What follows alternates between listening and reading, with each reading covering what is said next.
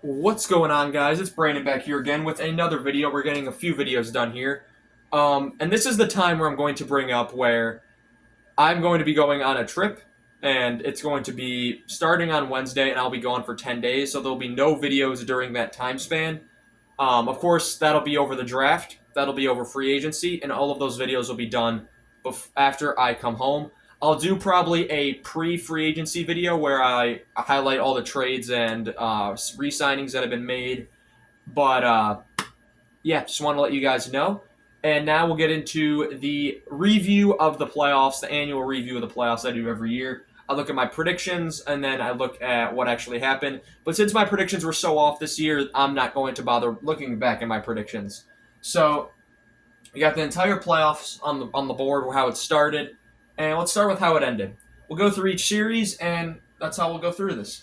Start off on the West Coast, Winnipeg and St. Louis.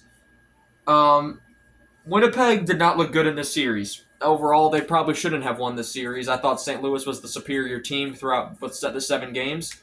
And without them blowing a lead in late in Game 7, then Winnipeg would have never won this series. But this series went 7 games, and Winnipeg ended up coming out. Dallas and Colorado. Another series where I thought the worst team won the series. And once again, it was a 7 game series win, and this time it was by Dallas, who was awful coming into the playoffs. They honestly played horrible in the series, and they were very lucky, both Winnipeg and Dallas, to get out of round one. They shouldn't have, either of those teams. They were bad.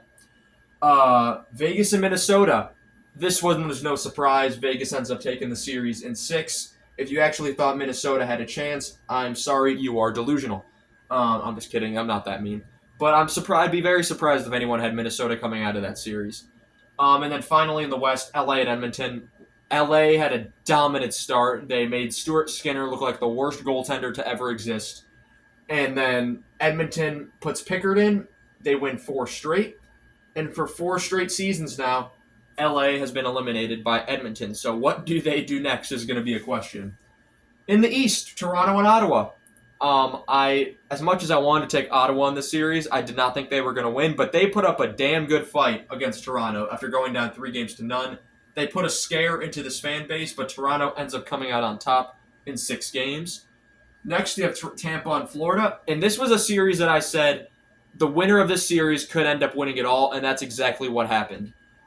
Florida ends up moving on in 5. I had Tampa winning the series, so my bracket was cooked from that point on as my marker decides to be a little weird. See if I can write that again. All right, there we go. That'll do. But that series is over in 5, and it's a shame because the Battle of Florida, it's been 4 out of the last 5 years now, and it's a really entertaining series that never goes 7 games. It has never gone 7 games. It's gone 6, 4, 5, and 5. And Tampa's won the first 2, Florida won the next 2. Washington and Montreal. 2 teams no one expected to be in the playoffs, and got to be proud of both of these teams. Washington, the number 1 seed in the East. The only reason they make it out of the first round is because they ended up playing the only team less experienced than them, or I should say, just the only other team that no one expected to be there. Montreal got 1, which I thought was just about right, because I'm pretty sure I had Washington in 5. And that's exactly what happens. Washington in 5 is Ovechkin goes to the second round once again. First time they've won a round since they won the Cup, so Washington's got that out of the way. But can they do a repeat performance? They're a younger team now. Ovechkin's really the veteran on that team. And they got a bright future ahead of them if they could just recuperate some star power on that team. I think they're missing a young star. That's kind of what's missing there. Carolina and New Jersey. New Jersey was too hurt to compete in the series. I'm pretty sure I had Carolina in 6. Without Jack Hughes, without Dougie Hamilton and Siegenthaler for a good majority of the series, if not all of the series for some of those guys, there was no hope for New Jersey, and Carolina was easily the best team in the Metro Division to come out into these playoffs. And although I didn't think the Metro Division was going to do anything, which I was proven right, Carolina was definitely the only team that I saw having any hope of getting anywhere. Back to the West. Winnipeg and Dallas.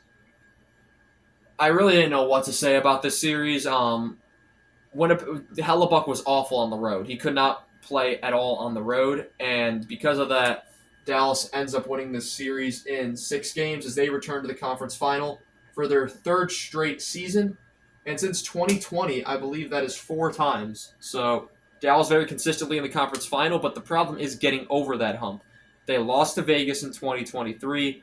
They lost to Dallas in 2020, or not? They lost, not that they didn't lose to themselves, although some might think that is a metaphorical thing. They lost to Edmonton in 2024, and once again they lose to Edmonton in 2025, which we'll get to, because Edmonton made Vegas look like nothing. Edmonton walked into Vegas and said, "We're going to beat you because we can." And that's when the belief came in that McDavid was on his revenge tour. That was where I'd say the belief that Edmonton was going to win the Cup really started to come into play. In the East, Toronto and Florida, I had no doubt that Florida was going to win this series. The fact it went 7, though, is just kind of poetic. And Florida winning it, I'm not surprised, as Toronto forces a Game 7. After being up 2-0, they were up 3-1 in Game 3. And the same narrative just plays out over and over and over and over again. And now they're going to be without Marner, possibly without Tavares, although I think he sticks around. And they're probably going to throw $10 million at Sam Bennett because that's something Toronto would do. Washington and Carolina, I had Carolina in 4.